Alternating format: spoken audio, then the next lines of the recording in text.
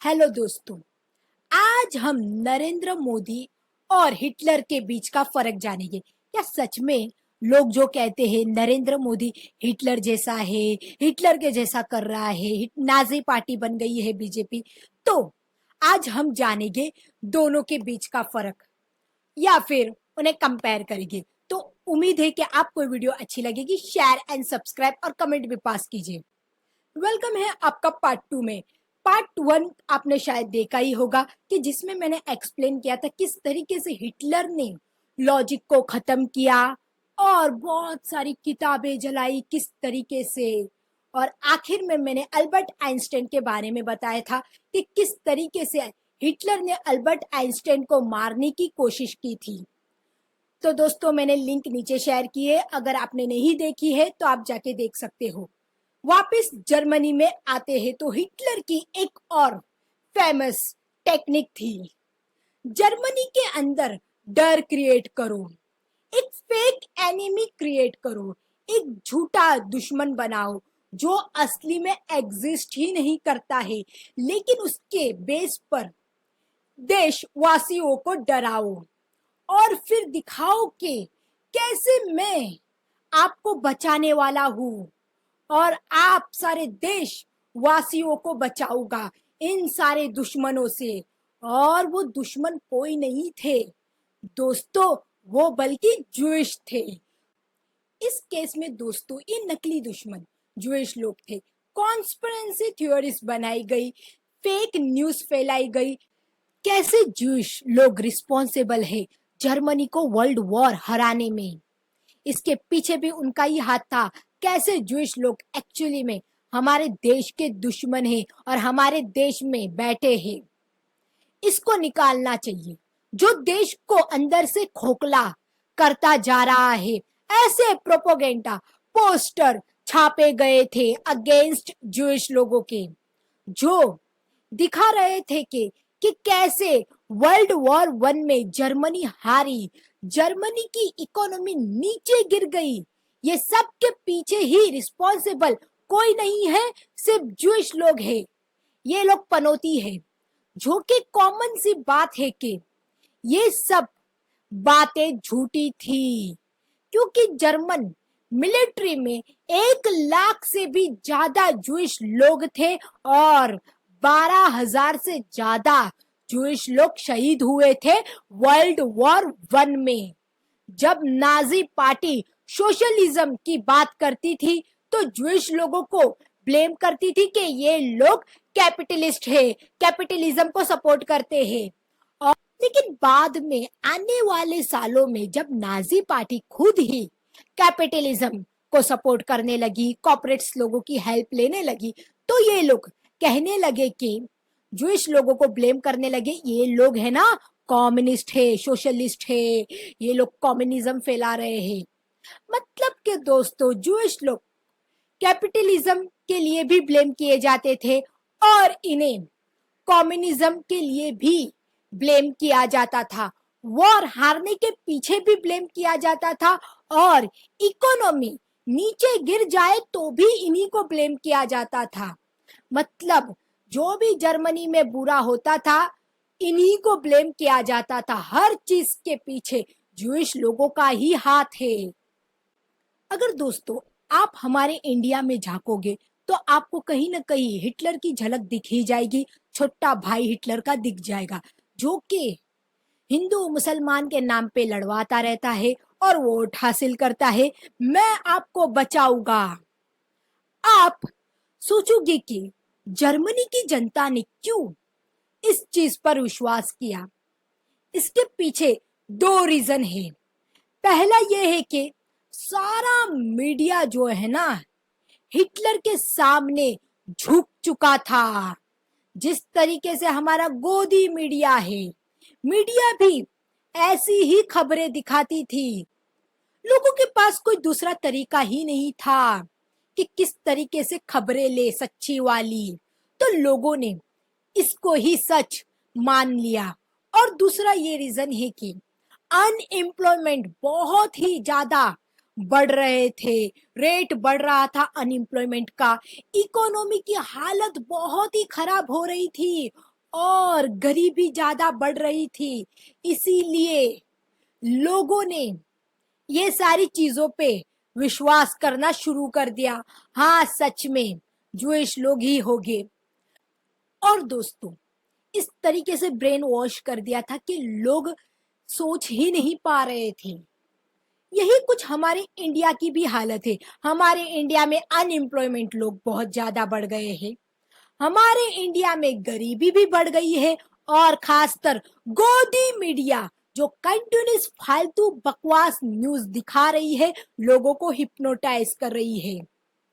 तो इस टाइप की हालत हमारे देश में है अभी। पहले जर्मनी में थी।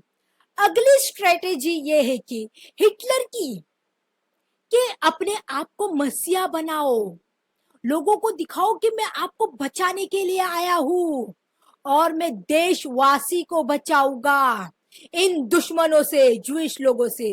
1923 में एक बायोग्राफी लिखी गई थी हिटलर पर, जिस बायोग्राफी में हिटलर को जीसस क्राइस्ट के साथ कंपेयर किया गया था।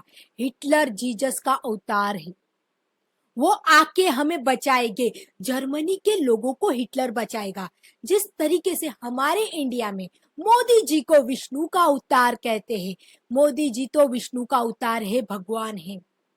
बाद में पता चला दोस्तों, ये बायोग्राफी हिटलर ने खुद ही लिखी थी और अपनी तारीफ खुद ही कर रहा था और अपने आप को खुद ही बोल रहा था कि मैं जीसस हूं।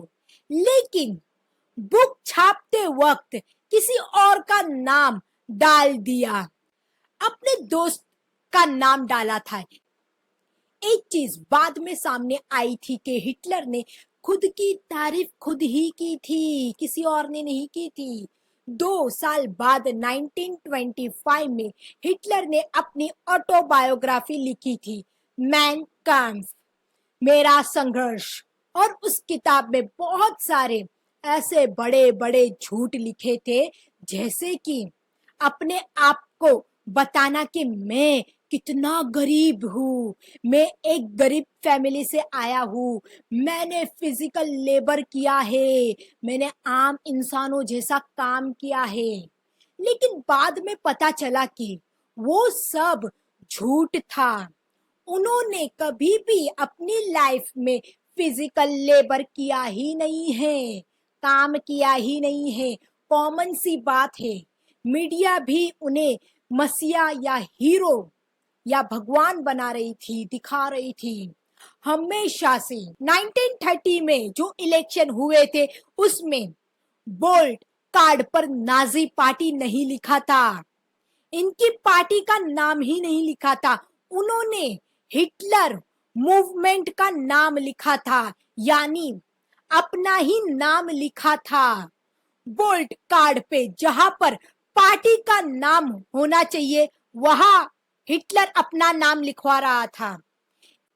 दोस्तों, हाल ही में बीजेपी ने बहुत बड़ी गेम खेली थी। आपको पता ही होगा कि डेमोक्रेसी की हत्या करने की कोशिश की थी।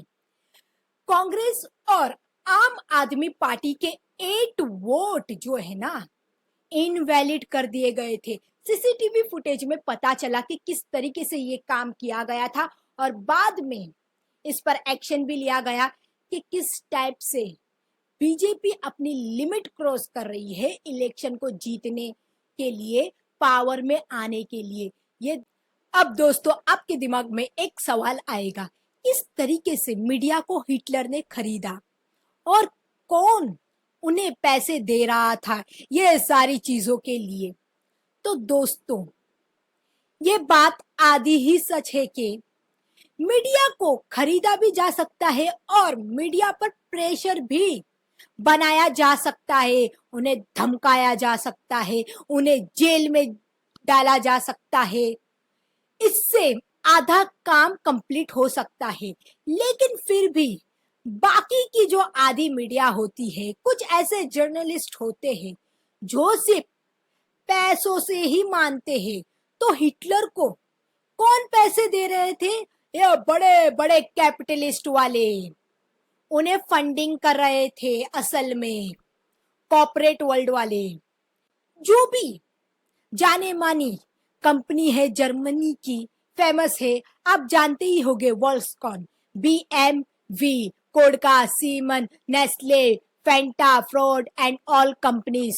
ये सारी कंपनीज ने हिटलर को फंडिंग की थी। लीजिए हिटलर साहब, और देश को डुबाए। दोस्तों, हमारे इंडिया में अगर आप देखोगे, इलेक्ट्रोल बाउंस करके कुछ मैटर बीच में आया था कि ये सारी बड़ी बड़ी कंपनीज पैसे दे रही है गवर्नमेंट को। टाटा, बिरला, रिलायंस, अडानी एंड सोन जो बड़ी बड़ी कंपनीज हैं, वो बीजेपी को सपोर्ट कर रही है, मतलब पैसा दे रही है। क्यों नरेंद्र मोदी जी किसानों के लिए काम नहीं कर रहे हैं, इनके लिए काम कर रहे हैं? क्योंकि ये लोग नरेंद्र मोदी को फंडिंग जो दे रहे हैं दोस्तों। तो दोस्तों, उम्मीद है कि आपको ये वीडियो अच्छी लगी होगी। ये था नरेंद्र मोदी और हिटलर का कंपैरिजन। और दोस्तों, इसका पार्ट 3 भी बनने वाला है, जिसमें हम देखेंगे कि हिटलर का असर इंडिया में कैसे गिरा और कौन से थिंकर है जो हिटलर से बहुत ही प्रभावित है। तो उम्मीद है कि आपको वीडियो अच्छी लगेगी। शेयर एंड सब्सक्राइब और कमेंट भी पास कीजिएगा।